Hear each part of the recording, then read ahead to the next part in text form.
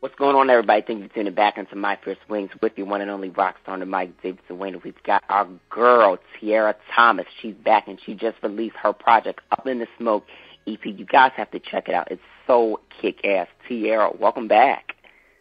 Hey, how's it going? It's going great. How about yourself? I'm good. I'm over here in Miami, just getting a tan and chilling out for a little bit. I know that's right. You got to. 'Cause, you really have been working hard. You and the whole MBK team, more so you and Nadia on this project. Congratulations. It is absolutely phenomenal. Thank you. Oh, my gosh, thanks. Yeah, I did put a lot of work into this project. I didn't necessarily know that all this music was going to be on an EP up until a while ago, because it is music that I recorded over a period of time, maybe like the last 8 months.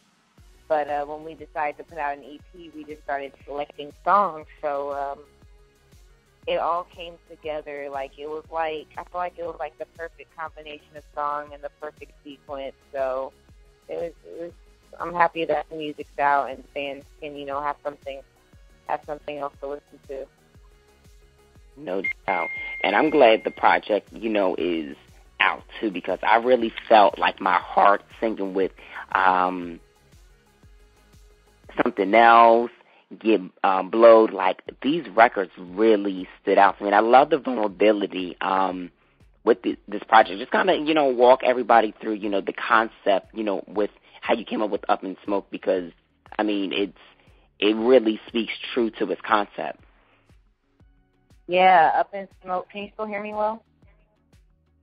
Yep, I hear you. Up in Smoke was kind of like for the more obvious reason, Up in Smoke, weed smoking and whatever. And then it was just a point where I felt like my whole shit has basically just went up in smoke, and I was just writing. I was in a sucky relationship at the time, and I was going through stuff with my label, and it was just oh my gosh, it's so much, and it was holding me up, and so at that time I just felt like my whole thing had just gone up in smoke, whatever. So I was just writing music and getting in the studio and just putting everything down, and so, yeah, that's where I got that from. Absolutely, and I love it. And you mentioned the fact of, label and stuff like that. So you're not with Interscope in Division 1 anymore. So what made you want to just decide and say, you know what, let me just take the independent route with my music and, this journey? It was basically just creative differences with the label. And, working with Division 1 and Rico Love, it was just I wanted to do a certain sound and be a certain artist, and I'm sure they had visions of me doing something else. But, ultimately, it's my decision as the artist who has to, go out and make people believe this and, sell it. So, I decided I asked if I could be released from my label, and I was released. And, I rocked out with my management, NBK, for my EP, and we released it independently, and it was all me. And I have to say, I feel like it was definitely a great move for you because, sometimes with these labels, just like you mentioned, they want to box you in. They want you to go for a different sound than what you feel in your heart, and from what you've done in the past, period, you speak true art within your music, and a lot of artists are having a very hard finding that niche. So for you to say, you know what, let me out of this contract, let me do my thing, this isn't working, that was very smart. That was definitely brave. And I respect that, and I'm sure, the world can respect the fact for you as a woman, who has a story, that you made that decision. And I was definitely scared, like, I was for sure scared doing that. Like, damn, like, I really didn't feel like I had any other option. It was either, like, I didn't have any other options. Because some artists, they're okay with signing to a label, and then basically the label tells them everything to do, and their sound, even if it's not really true to them, they'll just do whatever the label tells them to do. And I just cannot be one of those artists, because, like, the only way I want to do this shit is if it's like, if I'm happy doing it. You know, like, I don't want to do this shit and I'm a puppet, and, you know, so I had to do it by myself, and I just wasn't okay with a lot of the, there's a lot of stuff at that, you know, at Division One that I didn't like the way this, like, I just I wasn't going to be happy over there, and I wasn't going to be able to definitely put out music like this. So that's the bottom line. Right. And like I said, I love it. And I really like the fact that you have these records like Mary Jane. I love the switch up between, like, with Mary Jane and Get Blowed to something else. I really like that. Walk me through, like, Mary Jane, because, like, that record had me feeling like you were actually talking about, you know, a woman, then you were actually talking about smoking, but, you know, walk me through it, because I felt that I was like, yo, Tiara is talking that real shit, yo, on this record. And I was just like, swaggy. Yeah, basically, I think somebody, I don't remember, but I was, like, sitting in the office, in my manager's office, whatever. So I was like, you should write a song about Mary Jane, or I don't actually remember exactly how that went, but I just went in there, and that hook was kind of like freestyle. I just went in there like, I've been turned out by Mary Jane, and I was like, okay, that's tight. And then I just, you know, cruised through that shit, like, you know. And I did want to make it so, like, Mary Jane is, like, a woman. Like, that's how I was talking about it, you know, like she, you know, Mary Jane. So, yeah, I like to be, like, that's, like, one of, like, I guess more of my, like, creative aspects with writing. Like, I like to be creative with my writing. And I could have just wrote a song. It is a song about weed, for sure. But, but, like, I just like to be creative with it, and, you know, like, okay, so I'm just gonna make her a girl, and, like, you know, say all this crazy shit. So yeah. No, I dig it, and I had a lot of people wanting to know about. Will you probably do a video to that single? Yeah, we got a video. The video's done. I should be dropping here soon. Ooh, so is that going to be, like, the next one that we see? Yeah, Mary Jane's next video. Sweet. So what kind of, so will it basically play into, like, the same concept of, you know, what the song is about, or will it kind of be a little bit more broadened out?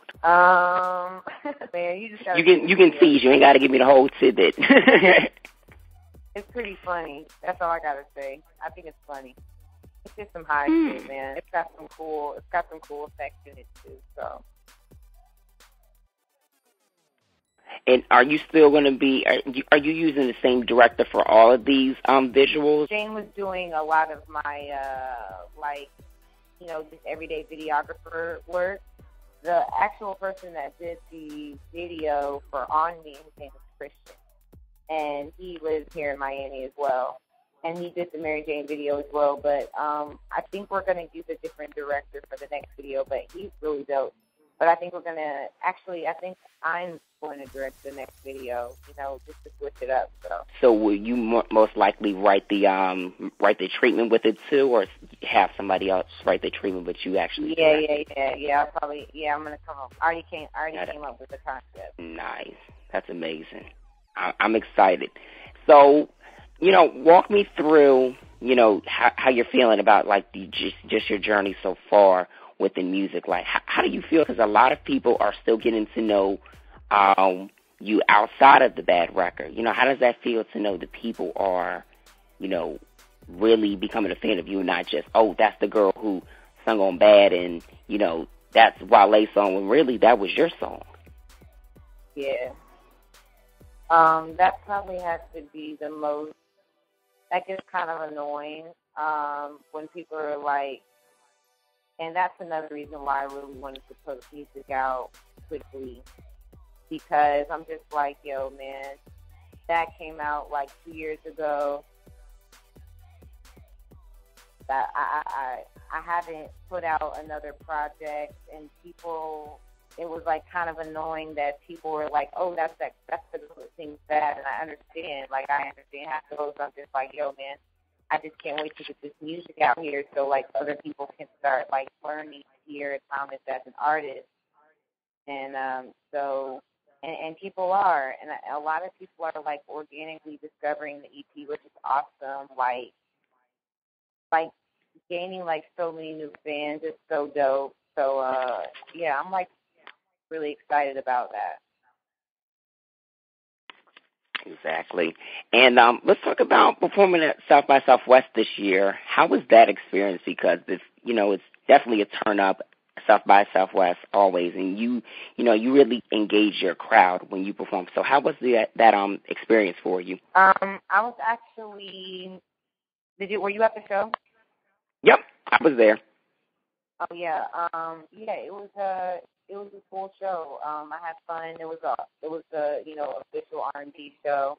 So there was other dope artists on there, and it was like a really chilled out vibe. So I had a lot of fun performing there, and that was my first South by Southwest too. So it was really exciting.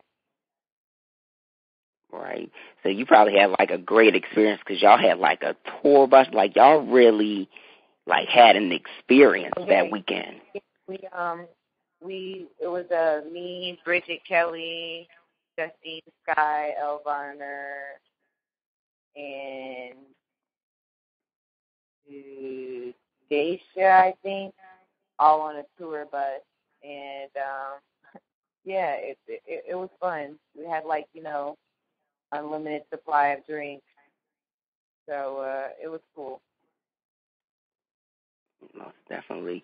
So with the EP being out and stuff like that, do you plan on doing a couple more shows or even doing a little bit of touring to further promote the EP?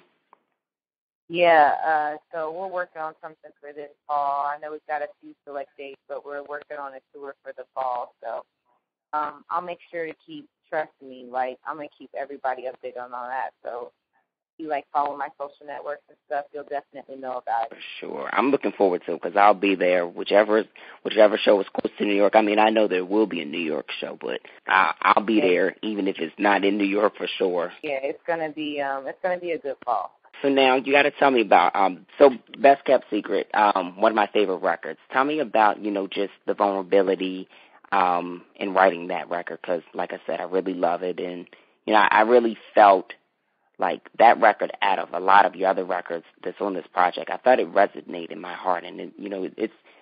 I feel like I'm preaching, but it spoke volumes to me. So kind of tell me what state of mind you're at with it. Best Kept Secret is like.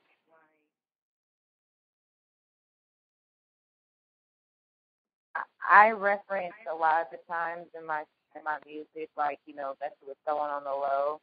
Because I'm, like, super low-key chick. Like, I don't be liking people in my business and stuff like that.